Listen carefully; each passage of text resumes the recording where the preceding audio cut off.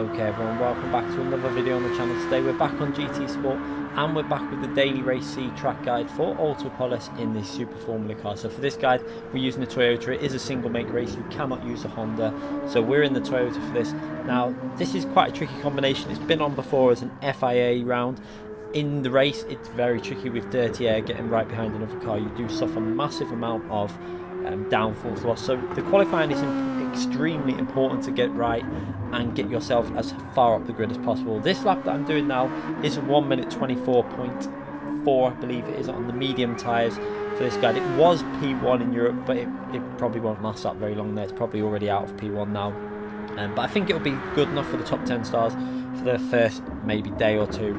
I spent about 45 minutes doing it. I do know this combination anyway because, like I say, we've done it in FIA, so it didn't take me long to get used to it and get back up to speed. It's quite an enjoyable combination. I'm looking forward to racing this on stream later on today, and hopefully, I don't know how I'm going to do it, whether I'm going to go on my other account. Now the race is a little bit lower on tyre wear, ×8, so you can push these tyres a little bit more aggressively. However, the fuel is also quite aggressive. I think it's ×8 as well, so the fuel saving is really required. I don't personally think a no stop is possible. I'm not too sure, I haven't tried it, but I think it's just out of the question really to get the no stop in. I may give it a go on my other account, but what we'll do now is we'll go through the track guide, pointing out all the brake markers and everything there is to try and help you get as fast a lap in at this track as possible as we go into turn 1. So going into turn 1, we're going to be braking in between the 100 and the 50 board. They're a little bit closer to the 100 board, as you can see there. And now what you're going to do is you're going to use the tarmac, the rubber on the ground. You can see the tyre marks that have been left on the game. They're your guide how to take this corner. It really is spot on how you follow them lines, and it will give you the perfect line all the way through the corner there.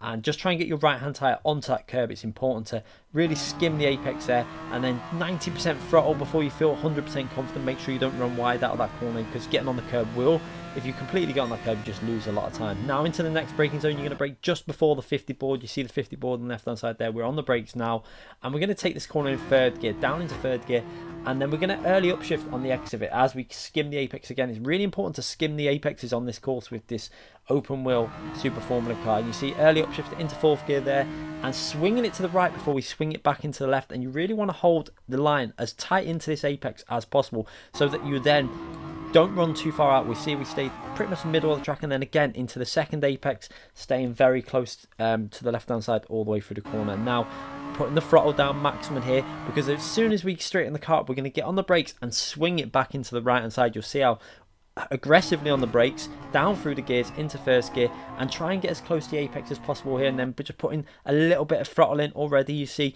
back on the throttle now. We're not going to go 100% throttle, we're going to slowly feed that throttle in, as you can see, slowly feeding it in 50% throttle. Then we feel the grips there all the way down on the throttle, and working our way into this aggressive left hand corner where you really have got to be aggressively swinging the car in fourth gear. You'll see chucking it into this left hand corner, and then early upshift again into fifth gear.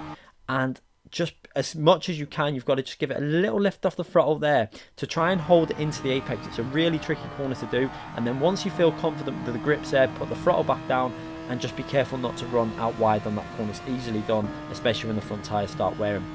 Now into the next braking zone, just past that 100 marker board on the right hand side, you're going to brake past on that next left arrow there. Our brake inputs go pretty much dead in on that arrow. That's where we brake, and that's the reference I use for this corner. Down into second gear, and then you're going to try and turn in and hit the top of that apex, the apex at the top of the hill. You want to get right onto that, down into first gear, and skim the apex pretty much spot on there, and then slowly feeding the power back in. Now you can see slowly feeding it in, and we're going to early upshift into second gear just to try and get better exit speed. We see we're a bit aggressive on the throttle there, nearly losing the rear, and maybe losing a fraction of a second there. As we now work our way into the real technical section, this is an extremely fast right hand corner. You see tiny bit of braking input going dead in on the 50. As we hit that 50 board, your braking inputs are going to just start going in, just a dab. It's not going to be anything aggressive, just a little bit of braking input in, then staying in fifth gear and really getting on the throttle as you come out of this corner. You see you want to get your right hand tyre on the curb again to hook that apex up, and then maximum throttle all the way through the corner into the right hand corner. Now a little dab of brakes again, nothing too aggressive, and maybe a little downshift into fourth gear here just to bite the apex in, to the car into the apex, and Just try and hold that line as much as possible. Then an early upshift into 5th gear, accelerating all the way up this hill. There's no lifting at all until you get into the braking for this really technical section as we go to the top here. Now you see dabber brakes there, and you really got to be holding the car as close to this right hand side as possible. It will gain you time. Down into 3rd gear, then 2nd gear, aggressive downshifting and trying to hold it to the right hand side. Don't run the car out wide, it will just lose you time. And then early upshift into 3rd gear. You've got to be so cautious on the power up here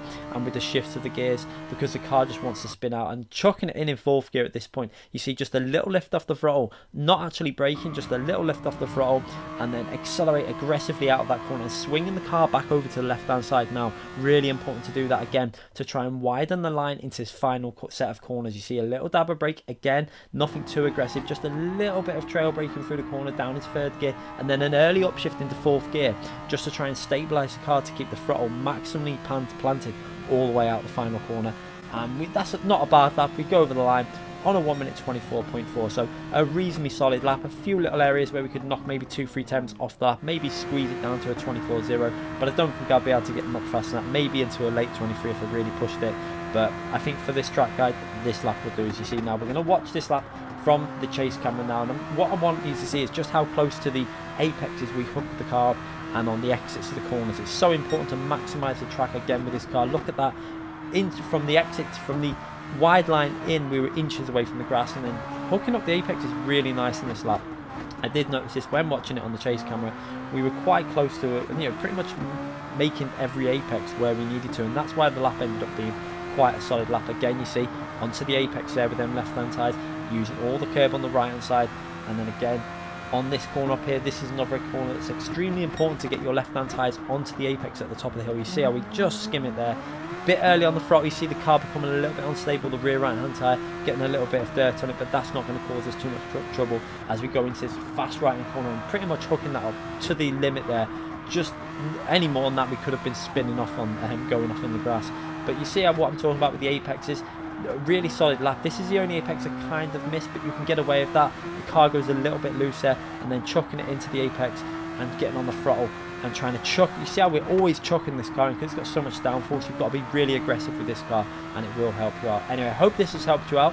Please let me know in the comment section if it has, if it's improved your qualifying time. That is the aim of these videos, to get you as high up as in qualifying as possible.